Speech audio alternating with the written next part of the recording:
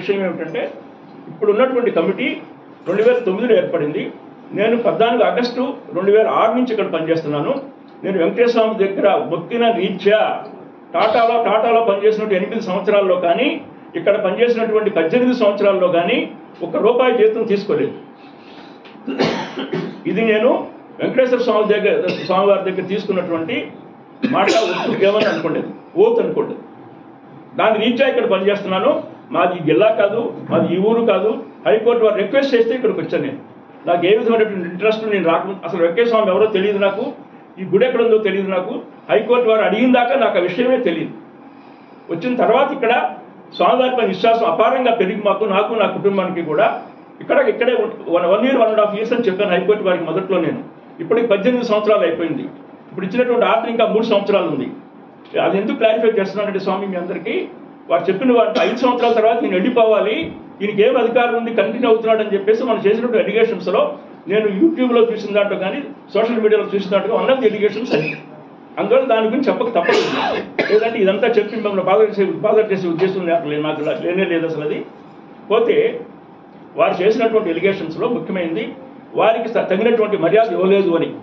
నేను ఫోటోలు ఇస్తున్నాను, మీ అందరికీ డిస్ట్రిబ్యూట్ చేస్తున్నాను. అడ్వాన్స్ డిస్ట్రిబ్యూట్ చేయండి. వారు వచ్చినప్పుడు ఈ విధంగా రిసీవ్ చేసుకున్నాం మేము. ఇది వారి ఫోటో. వచ్చిన తర్వాత వారు గుళ్ళో శాశ్వత పూజ జరుగుతుంటే శాశ్వత పూజ జరిగేటప్పుడు ఎవరిని ఎలా చేయరు. ఇక్కడ వాయిద్యాలు చేసేటువంటి వాళ్ళు కూడా ఉన్నారు ఇక్కడ. వాళ్ళ పక్కనే వీళ్ళంతా కూర్చున్నారు. వచ్చిన తర్వాత ఇది 24వ తారీఖు నాడు కంప్లైంట్ చేసిన రోజునటువంటి ఫోటోలు సీసీ కెమెరాలు బట్టి తీసినవి మేము. ఇది వీరికి హారతి ఇచ్చిందండి. ఇది వారి కుటుంబ సభ్యులకి వారందరికీ కూడా హారతి ఇచ్చింది.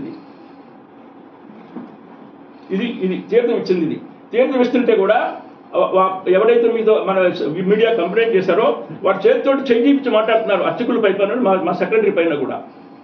మా సెక్రటరీ ఉండి తీసుకెళ్ళాడు వాళ్ళని దర్శనానికి.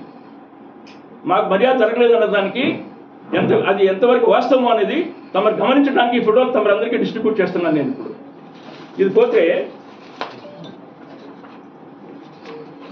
మంచినీళ్ళు కూడా డిస్ట్రిబ్యూట్ చేయలేదన్నారు. ఇది వాటర్ డిస్ట్రిబ్యూషన్ చేస్తున్నారు. ఇక్కడ ప్యాకెట్స్ ఉన్నాయి. మీ అందరికీ ఫోటోలు ఇస్తాను స్వామి. అందరికీ వాటర్ డిస్ట్రిబ్యూట్ చేసినట్టుగా ఇక్కడ 3 పాయింట్లు డిస్ట్రిబ్యూట్ చేసాం క్యూ లైన్లో మేము. భోజనం కూడా మధ్యాహ్నం 3:50 దాకా పెట్టాం, రాత్రి 12:50 దాకా పెట్టినాం. ఆ రోజు నాటి రాత్రి భోజనాలు కూడా ఎవరికి ఏ లోటు లేకుండా.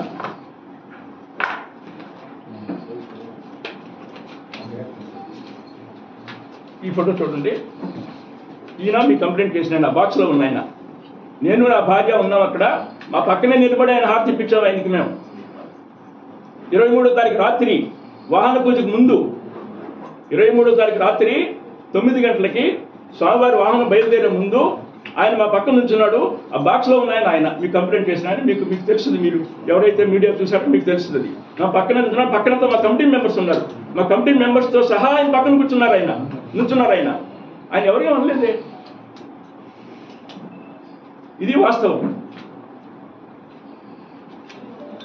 తర్వాత వారు ఏం చెప్పారంటే షట్టర్ లేదు యాత్రికులకి ఎక్కడా కూడా, కాళ్ళు గాలి యాత్రికులతో సఫర్ అవుతున్నారని ఒక మాట చెప్పారు కదా. ఇది 4 మడా వీధుల్లో కంప్లీట్గా షట్టర్ ఉంది. అన్నదానికి వెళ్ళేటప్పుడు కానీ అన్నదానికి బయటకు వచ్చేటప్పుడు కానీ క్యూ లైన్ పక్కన కానీ మనిషి ఎక్కడ నడవాల్సిన అవసరం ఉంటుందో ఆశ్రమంలో దర్శనానికి కానీ భోజనానికి కానీ అంతా కూడా షెల్టర్తో కవర్ అయింది. కాళ్ళు కాతని ఆశ్రమానికి దిక్కులేదా ఈ మాత్రం అన్నాడు వాళ్ళ సన్ను.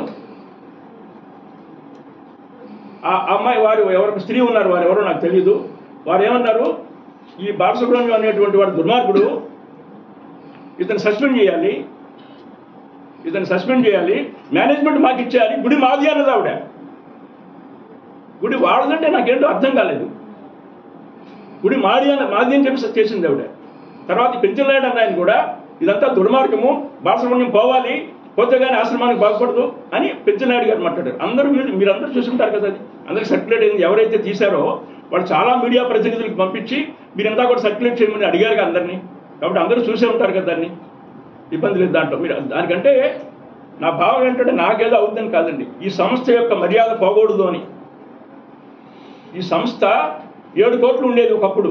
నేను రాకముందు 20 సంవత్సరాలు 81 నుంచి 2006 వరకు కూడా ఈ సంస్థ యొక్క ఆస్తి 7 కోట్లు మాత్రమే. ఇవాళ 200 కోట్లు ఉందండి ఇక్కడ. మరి నేను వచ్చినప్పుడు ఎక్కడా 31 సెంట్లో ఒక షెడ్ ఉండేది స్వామివారి గుడి.